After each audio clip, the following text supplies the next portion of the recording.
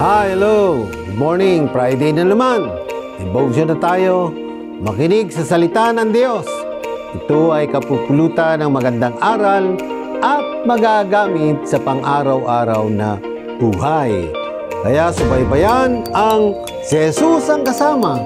Ito po ang inyong devotional leader for today, Pastor Sunny, na nagsasabing, It's a sunny day!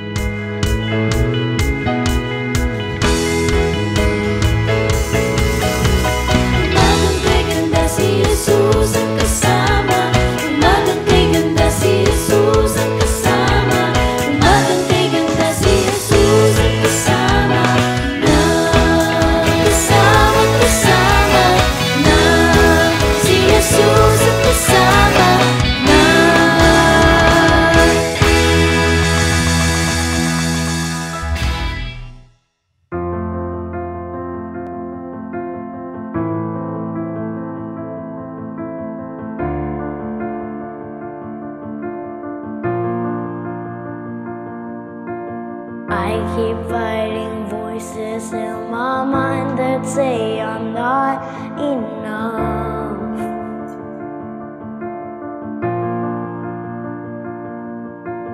Every single lie that tells me I will never measure up.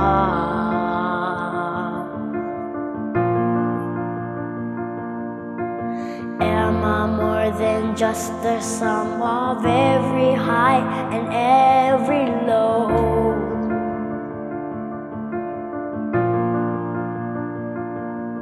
Remind me once again just who I am, because I need to know who.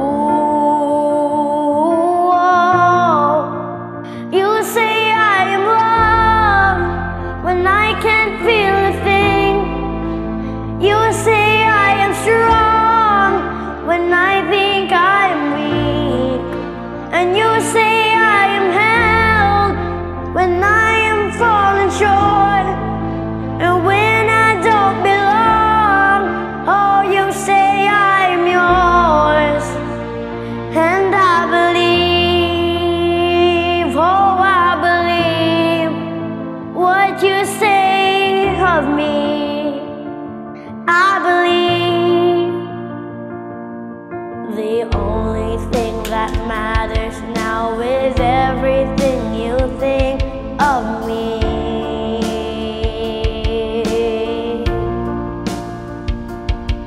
In you I find my worth, in you I find my identity.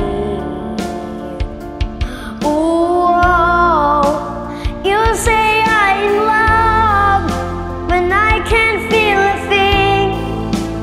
you say I am strong when I think I am weak. And you say I am held when I am falling short. And when I don't belong, oh, you say I am yours.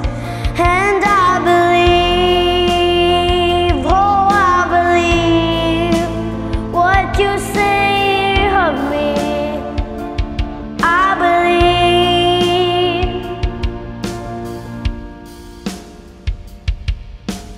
Taking all I have and now I'm laying it at your feet.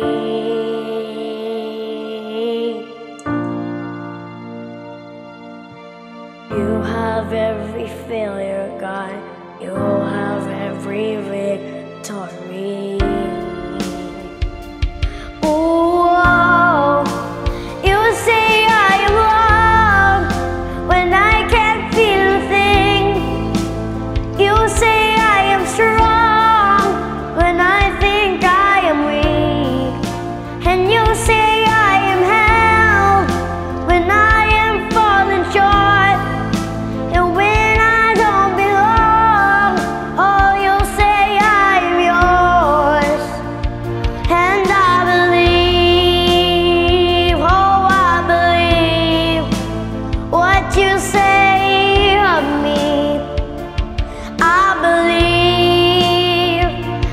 I believe, yes I believe.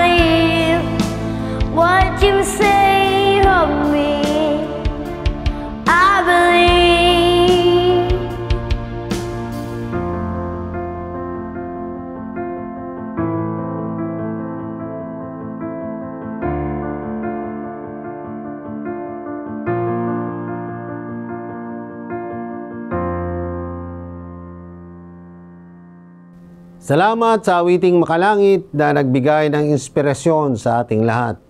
Nawit ni Eddie Boy Berdin, apo ni Kuya Dave. Yan.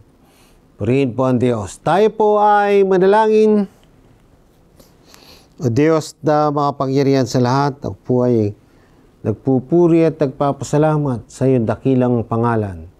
Sa oras na ito, ikaw dawa ang manguna sa iyong habang lingkod. Kaya dalangin ko na buksan ang puso, isipan ng iyong mga anak na makikinig sa devosyong ito, O Lord. O Lord, sa iyo ang papuri, pasalamat at kalwalatian. In Jesus' name, Amen. So, purihin po ang Diyos sa umagang ito o sa tanghali, hapon, sa mga kayo naroroon at tubayan at ingatan kayo ng Diyos. Our topic today, trust in the Lord. Brothers and sisters in Christ, paano mo harapin ang mahirap na yugto ng iyong buhay? Na-stress ka ba, nababalisa, natatakot o natataranta? O nagtitiwala ka ba sa Panginoon? Gusto kong ihatid sa iyo ang isang mensahe sa isang tema na karaniwan nating ginagamit. Kung minsan ay kaswal na ginagamit kapag may dumaan na kahirapan. Binabanggit din ng banal na kasulatan ang temang ito ng mga mangangaral, ang guro ng Biblia, ang tagapayo o ang kaibigang Kristiyano ay gumagamit ng salitang ito ng maraming beses sa kanilang sermon, pagpapayo, pagtuturo. Ito ang salitang ginagamit ng karamihan ng mga tao sa kanilang patotoo tungkol paano sila nag-navigate sa isang mahirap na yugto ng buhay. Ang salita ay magtiwala sa Panginoon. Trust in the Lord. This is a very simple statement yet profound and very difficult to follow and obey. Trust in the Lord. Proverbs 3:5-6. Trust in the Lord with all your heart and lean not to your own understanding. In all your ways, submit to Him, and He will make your path straight. So that do you do when things are going against you. Trust in the Lord. Buong puso mo, lahat ng daan mo, magtiwala sa Panginoon. May problema tayo sa pagtitiwala sa Diyos dahil sa maraming bagay. So, nagkakaproblema tayo sa maraming bagay. Una, tayo ay may sapat na sarili. Yung gusto natin, yung sarili natin ang magpapasya, yun. Natututunan natin kung paano iahon ng ating sarili sa paghihirap na pinagdadaanan sa halip na kilalanin ang mga pagkaantala sa buhay. Sa magitan ng hindi pagtitiwala kay Lord, umiiwas tayo sa pagsubok at nagpapatuloy tayo sa sarili nating paraan, which is wrong, na inaalis ang ating sarili para sa umiwas tayo sa anumang gulo. Masyado tayong nagsasarili, kaya tayo ay nahihirapan. Ikalawa, masyado tayong mabilis para tumawag sa iba.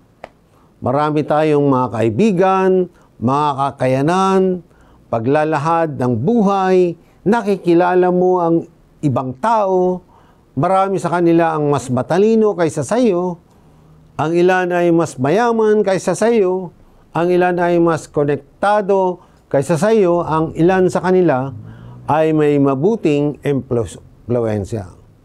Posible na maaari silang maging iyong go-to person, pwede mong puntahan. Ang ibig sabihin, ang iyong anchor sa problema, kaya nagtitiwala ka sa kanila kaysa sa Panginoon mong Diyos. Dahil diyan sila ay may mga koneksyon at kakayanan kapag ikaw ay nasa isang problema ay makalalampas ka. So, yun ang problema. mas binibigyan natin ng pansin ng ibang tao kasi sa unahin natin ng Diyos. Tamang pumunta tayo pero sa mga kaibigan, ngunit kailangan nating unahin ang Panginoon. Katlo, pakiramdam mo ay malayo ka sa Diyos. Sabi sa awit 13 verse 1, hanggang kailan, Panginoon, kakalimutan mo ba ako ng tuluyan? Hanggang kailan mo itatago ang mukha mo sa akin? Kapat, nag-aalala ko na dapat ay linangin natin ang masamang ugali ng pag-aalala. So, ibig sabihin talagang in-nurture natin yung ating buhay upang maging maayos. Marami sa atin ang mas mahusay na mag-alala kaysa magtiwala. Ang ilan sa inyo, kung ilalagay mo ang iyong listahan ng pag-aalala, ay maaari itong lumampas sa iyong listahan ng panalangin. Dapat prayer, hindi yung mga pag-aalala para doon natin ipasok ang mga alalahanin natin. Sabi natin kay Lord. Sa ngayon, nag-aalala ka tungkol sa isang bagay. Malamang na may kaugnayan ito sa isang bagay tungkol sa sakit o marahil sa iyong pananalapi. Hindi ka magkakaroon ng sapat na pera. Marahil ay nag-aalala ka tungkol sa iyong trabaho o pag-aaral. Kaya nag-aalala ka tungkol diyan at hindi ka nagtitiwala sa Diyos. Kailangan magtiwala sa Diyos. The only way you will get through worry is to learn to trust God. To put the worry on hold and set it aside, deliberately shunning it away and saying, Lord, at this moment, I trust in you and you are alone. Yan.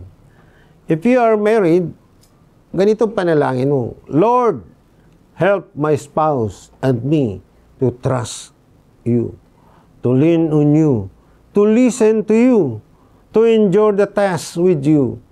I put together a quick list of things that reveal how little we trust God. Yan. Sinabi po sa Samuel 30, si David, na batang pastol, ay tinawag ni Haring Saul upang tumugtog ng alpa. Si Haring Saul ay labis na nasiyahan kay David, lalo na pagkatapos ng kanyang tagumpay laban kay Goliath.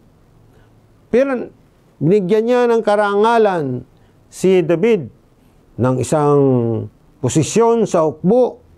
Ngunit sa lalong madaling panahon, si Saul ay nanibugho, nagselos kay David. Kaya si Saul ay labis na kinain ng inggit, na parang paranoia, na nagkamali siya sa paglagay sa sinusubukan niya si David na nakawin ang kanyang trono. Yun ang kanyang iniisip, baka nakawin ang kanyang trono. Minsan ganun tayo nag-aalala kahit sa friends natin. Kaya sinusubukan niyang kilitiin ang buhay ni David sa ilang pagkakataon. Nadama ni David ang panganib at kalaunan ay kailangan niyang tumakas kay Haring Saul. Di ba't ilang beses siyang sinibat ni Haring Saul habang tumutugtog ng alpa?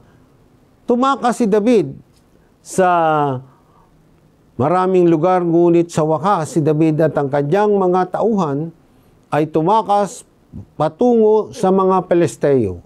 Iniisip ng mga kaaway ng Israel na makakatagpo siya ng kapayapaan doon. Sa loob ng 1 taon at 4 na buwan, si David at ang kanyang mga tauhan ay nanirahan sa kampo ng kaaway. Isang lugar na tinatawag na Siklag. Nagsimula pang makipaglaban si David para sa mga Pelisteo. Nais ng Diyos na makipaglaban siya para sa Israel, hindi sa mga Pelisteo. Ngunit ngayon ay nakikipaglaban siya para sa kaaway. Inakala ni David na makatatagpo siya ng kapayapaan, katiwasayan, kasaganahan sa kampo ng kaaway. Ngunit ito ay panandalian, di nagtagal, ang mga Paleseo ay naghanda na sa pakikipaglaban kay Haring Saul. At si David at ang kanyang mga tauhan ay umalis upang sumama sa mga Palesteo. Sa pagpaplanong pagpupulong, ang mga pinunong Palesteo ay hindi nasisiyahan kay David at sa mga lalaking lumalaban sa Israel at sila ay pinabalik sa kalagitnaan. Ang lalaking tinutukoy dito ay si David.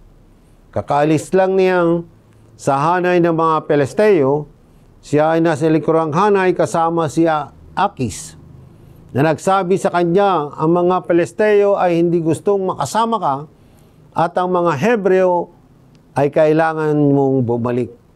Natapos ng mga Palesteo ang labanan. Pagod, pawis, pagod. Pag naglalakad sila ng malayo, 3 araw papuntang Siklad. Hindi alam kung ano ang kanilang kinabukasan. Siya ay hinabol pa rin ni Saul, ang hari ng Israel. Kaya pumunta sila kung ano ang kanilang tahanan. Dapat ay isang tagong lugar. Siguradong 1 taon o kalahating taon na silang maninirahan doon. Out of the blue, sa hindi naasang pagkakataon, ay nasa ibabaw pa lang ng burol ang pagkabigla ng kanilang nakikita. Kaya bumalik si David at ang kanilang mga tauhan sa pag-iisip na makapagpahinga pawi. Akala nila ay uuwi sila sa pagtanggap at init ng kanilang pamilya. Yan, siyempre, pauwi, di ba? Para makapagpahinga at makakain. Ngunit sa halip ay may nakita silang usok na lumalabas sa kanilang lungsod sa di kalayuan. O, samantala ang bayan ng Siklad ay sinalakay. Samuel 30 verse 1-3, nakarating si David at ang kanyang mga tauhan sa Siklad sa 3 araw. Gayon ay nilusob ng mga Amalesita ang Negev at ang Siklag. Nilusob nila ang Siklag at sinunog ito. 2, at binihag nila ang mga babae at lahat ng naroon. Bata man o matanda, wala silang napatay sa kanila. Ngunit dinala sila habang sila'y naglalakad. Nang makarating si David at ang kanyang mga tauhan sa Siklad, nasumpungan nilang nawasak ito sa apoy at nabihag ang kanilang mga asawa, ang mga anak na lalaki at babae. Brothers and sisters in Christ, marahil ay nagkaroon ka ng mga araw na ganoon. May mga pagsubok, mga araw na ayaw mong sumikat ang araw, mga araw na sa iyong puso ay sumasakit ng gusto at iniisip mo kung bakit nangyayari sa akin ang lahat na ito. Ngunit makinig, mas malala ang mga bagay na nangyari kay David. Ngayon, brothers and sisters, ngayon ka pa ba matatakot ng ating Panginoong Jesus ay muling nabuhay? Trust Him. To God be the glory. This is the Word of God for the people of God. Amen. Shout out po sa lahat ng may mga birthdays and anniversaries ngayong Friday, Saturday, and Sunday. Pagpalain kayo ng Diyos sa inyong buhay. Tayo po'y manalangin.